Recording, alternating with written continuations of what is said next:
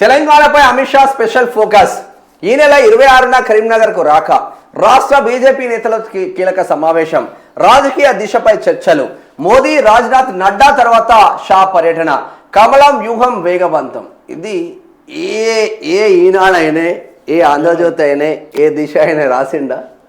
ఎందుకు ప్రజా వాయిస్కి వస్తున్నాయంటే ప్రజల కోణంలో పనిచేస్తున్నాం కూడా ప్రజా వాయిస్కు ఎక్కువగా వస్తూ ఉన్నాయి. మెయిన్ స్ట్రీమ్ మీడియాతో పోటీ పడుతూ ఉన్నారు మా జర్నలిస్ట్ మిత్రులు. 250 మంది సైనికులు తయారు చేసుకున్నాం. 250 మంది సైనికులు ఆషామాషయం కాదు.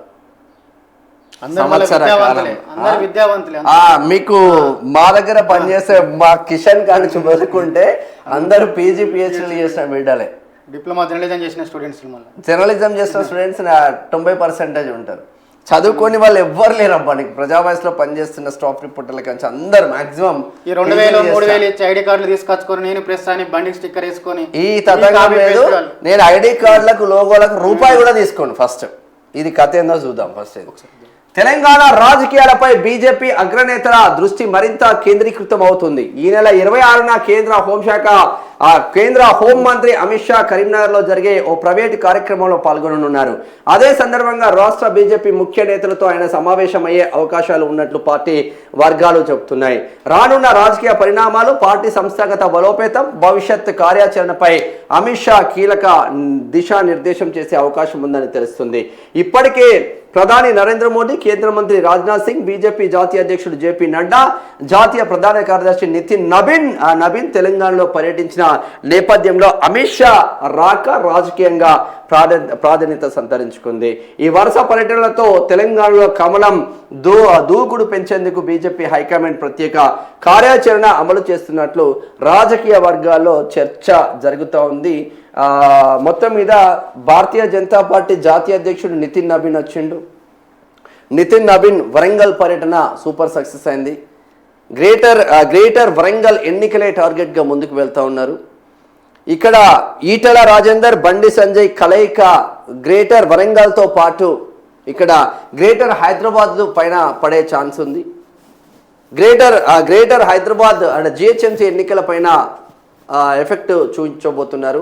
అదేవిధంగా ఇక్కడ బండి సంజయ్తో పాటు ఈటల రాజేందర్తో పాటు ధర్మపురి అరవింద్ ముగ్గురు ఒక్కటి కాబోతున్నారు.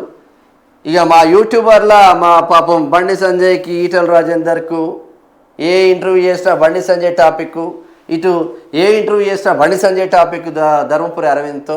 ఇక మా వాళ్ళ కుట్రలు కొంచెం పటాపంచలు కాబోతున్నాయి.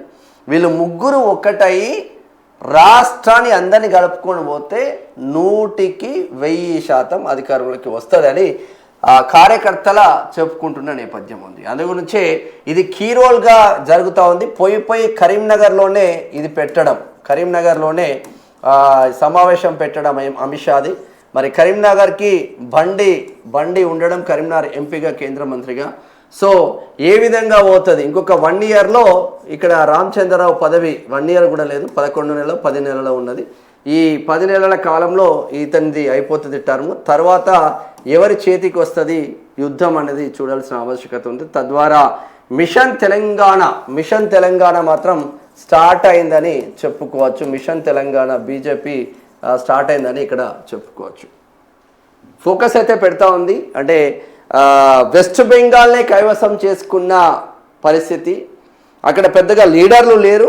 ఒక సువేందు అధికారిని పెట్టుకొని కైవసం చేసుకున్న పరిస్థితి. ఇక్కడ బ్రహ్మాండమైన లీడర్లు ఉన్నారు. లీడర్లతో పాటు క్యాడర్ ఉంది, హెవీగా క్యాడర్ ఉంది. బజరంగ్ దళ్ కార్యకర్తలు కావచ్చు, ఏబీవీపీ కార్యకర్తలు కావచ్చు, బీజేపీ కార్యకర్తలు కావచ్చు. తెలియకుండా దీని కాషాయం వెనుక 360 క్షేత్రాలు ఉంటాయన్న పనిచేసేందుకు. ఓకే, 360 క్షేత్రాలు హిందుత్వ ఎజెండా తోటి, హిందుత్వ సిద్ధాంతంతో పనిచేసే క్షేత్రాలు 320 క్షేత్రాలు బ్యాక్ ఎండ్ గా పనిచేసుకుంటూ ఉంటా. అంటే మన ఆర్ఎస్ఎస్ ఉంటది. వాళ్ళు ఎక్కడ ప్రచారానికి రారు, ఎక్కడ వాళ్ళకి ప్రచారం ఇష్టం ఉండదు. వాళ్ళు ఎక్కడ ఆపదలో ఇండియా ఉంది, ఏ రాష్ట్రం అంటే ఇమీడియట్గా అక్కడికి పోతారు, పని చేసుకుంటారు, మళ్ళీ వెళ్ళిపోతారు. ఆర్ఎస్ఎస్ మస్తు మంది ఉన్నారు అట్లా. స్వయం సేవకులు అన్న మన ఏది వరద బాధితులు అప్పుడు కానీ అదే వాళ్ళు సింపుల్గా పోయి వాళ్ళ పని వాళ్ళు చేసుకొని వెళ్ళిపోతారు, ఏం ఆశించారు. ప్రచారం పని ఎక్కువ ఉంటుంది. 24/7 మోడీ పనిచేస్తూ ఉన్నారు. మోడీని ఢీకొట్టాలంటే రాహుల్ గాంధీతో కాదని చాలామంది కాంగ్రెస్ నాయకులు చెప్తూ ఉంటారు. ఫిరోజ్ ఖాన్ మాటలలో వినలే మీరు? మీ నాంపల్లి కాంగ్రెస్ ఇన్ఛార్జే కదా Firoz Khan. It's not easy. మనం ఆరోపణలు చేయొచ్చప్ప. వాడు లంగా, వీడు దొంగ, వాడు తాగుతాడు, వీడు తాగుతాడు అని చేయొచ్చు. వాడు కూడా మళ్ళీ అటాక్ చేయొచ్చు, చేయరాక కాదు. ఓడు నా మీద కరీంనగర్లో మేనం షాము ఫుల్గా తాగుతున్నాడు, మొన్న ఎలక్షన్లకు పోయినాడు, చెప్పు చీపిరు వాటి కొడతారు. రే దొంగ నా కొడుక, ఏ మాట్లాడలేక అనుకుంటున్నారు ఏంది? చిల్లర మాటలకు దా. ఎలైట్ హోటల్ మొత్తం నీకు ఇస్తుందారా? నేనున్న 9 రోజులు ఎలైట్ హోటల్ మొత్తం సీసీ కెమెరాలు ఇస్తా. సీసీ కెమెరాలు మొత్తం ఇస్తా. ఒకవేళ నువ్వు చేసే ఆరోపణలు కాలేదనుకో, గుండు గీయించి చెప్పులతో కొడతా నా కొడుక. ఏమనుకుంటున్నావు? ఏం ఆషామాష అనుకుంటున్నావురా? ఒక నిబద్ధతతో పనిచేస్తున్నాం రా నా కొడుక. ఒకడిచ్చే ఎంగిలి మెతుకులతో బతకట్లే.